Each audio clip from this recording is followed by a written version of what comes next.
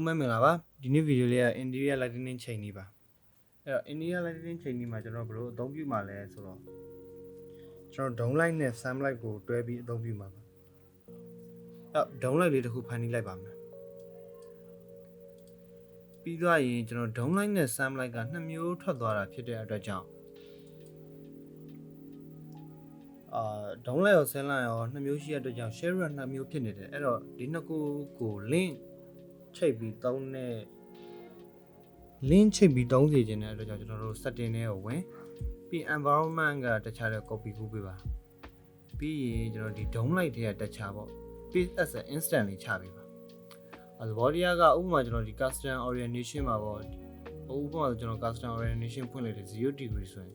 သူ down light မှာလည်းအဲ့အရောင်တိုင်းသွားပြောင်းတယ်ပေါ့ပြောမယ်ဒီ sun setting တိုင်း down light မှာလည်းသွားပြီးအလုပ်လုပ်တယ်ပေါ့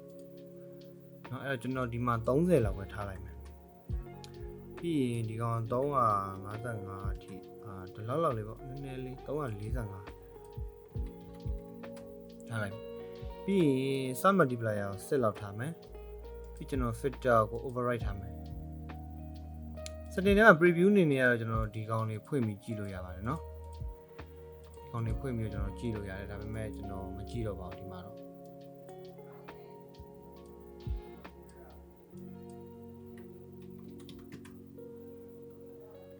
ပြီးသွားရင်ကျွန်တော်တို့ကင်မရာပေါ့အဲ့တော့ကျွန်တော်တို့ကူလာလေးနဲ့နည်းနည်း runner ချကြည့်ကြအောင်ပြီး file လေးပိတ်ပေးပါပြီး material override လေးဖွင့်ပါမယ်ဘာလို့ material override ဖွင့်လဲဆိုတော့နည်းနည်း lighting ချိန်တဲ့ခါကျရင် set နည်းနည်းလေးတက်တာစေချင်လို့အဲ့တော့ runner လေးချက်လောက်ချကြည့်လိုက်မယ်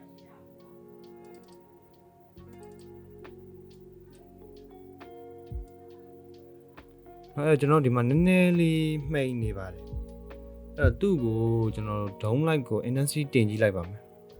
25လောက်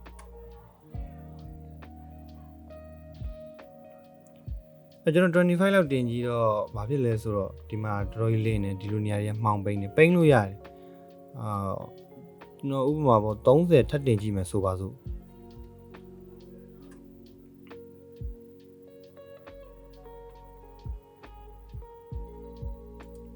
ဒီလိုနေရာတွေမှာပေါ့အလင်းတွေအရင်ပို့နေနော်ဒီလိုနေရာလေးမှာတော်တော်လေးအလင်းတွေပို့နေတာအဲ့တော့ interior lighting ချိန်ကြီးကအဲ့လိုအလင်းတွေပေါ့ highlight ဘန်းပြီးတော့ဖြူဖွေးနေအောင်မလုပ်ပါနဲ့ကျွန်တော်တို့ခုနလို25လောက်ဆိုရင်အလောတော့ပါပဲအဲ့တော့ကျွန်တော်25ပြန်ထားလိုက်မယ်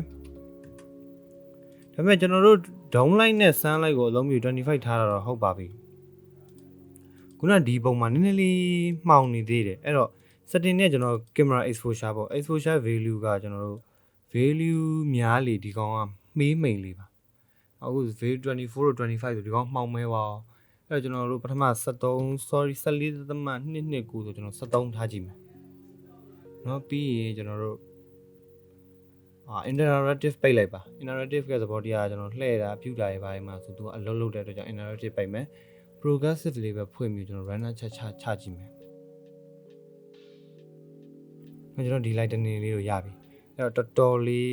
မှောင်နေဒီလိုမှောင်နေနေရလည်းမရှိဘူးအရင်ဒါတွေနည်းနည်းလေးဒီလောက်ထိလင်းတာတော့လက်ခံလို့ရတယ် interior မှာအပေါ်တွေပါပေါ့ဒီနားလောက်ထိကိုဖြူဖွေးသွားမယ်ဆိုရင်အဆင်မပြေဘူးဒီကောင်ကတကားနဲ့နီးလို့လင်းတာရတယ်ဒီလိုနေရာတွေပေါ့ဒီလိုတွေမှာဖြူဖွေးလို့လုံးဝအဆင်မပြေဒီကောင်တွေကြတော့လင်းမစေပါဘူးဆိုတကားနဲ့ဓာတ်ရိုက်လာတယ်သူတို့ရှိဘာမှအထက်မှာအတားဆီးမရှိလို့လင်းတာရတယ်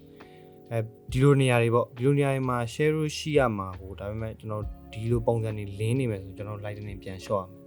မယ်ဘုံကဒီ sun intensity တွေဒီ exposure intensity တွေကိုပြန်ရှော့ပေးပါဒါလေးရပြီဆိုတော့ကျွန်တော် final rendering ချမယ် final rendering ကဘယ်လိုပုံစံနဲ့ချမလဲကျွန်တော် CPU သုံးမယ်ပြီးရင် progressive interactive ပိတ်မယ် progressive ပိတ်မယ်ပြီးသွားရင်ကျွန်တော် vray CPU သုံးတဲ့ vray အသုံးပြုမယ်ပြီး material override ပိတ်လိုက်တော့မှကျွန်တော်မလိုတော့ဒီတခြားပြန်မြင်ခြင်းလို့ပြီးရင် file လေးသုံးမယ် file ကပြန်ဖွင့်ပေးမယ်ကျွန်တော်ပိတ်ထားဖြစ်တဲ့အတွက်ကြောင့် runner up မှာကိုကြိုက်တဲ့ resolution မှာ2560ပဲဖြစ်ပါပဲဖြစ်ရွေးချယ်လို့ရပါတယ်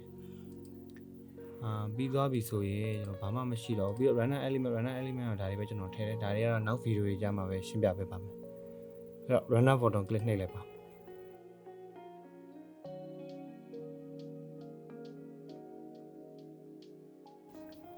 ဒီမှာပေါ့ ကျွန်တော် runner image ဆိုပြီးတော့ runner ချနေပါတယ်အဲ့နားမှာပေါ့ဒီ noising တက်ပြီး finish လို့ပြမှသာလဲ runner ရင်းပြီးဆုံးမှာပါ runner ရင်းပြီးပြီဆိုရင်တော့ကျွန်တော်တို့တွေ save လို့ရပါပြီအဲ့ကျွန်တော် runner ရှိပြီးသားဆိုတော့เนาะအော် runner ချပြီးသားဆိုတော့ runner ချပြီးသားပဲကျွန်တော်ယူလိုက်တော့မှာအဲ့ဒီပုံစံကြီးရပါပြီကျွန်တော်တို့တွေအဲ့ဒီကောင် save မယ်ပေါ့ကျွန်တော် file ထဲမှာ save current channel နဲ့ပဲ save ပေးပါ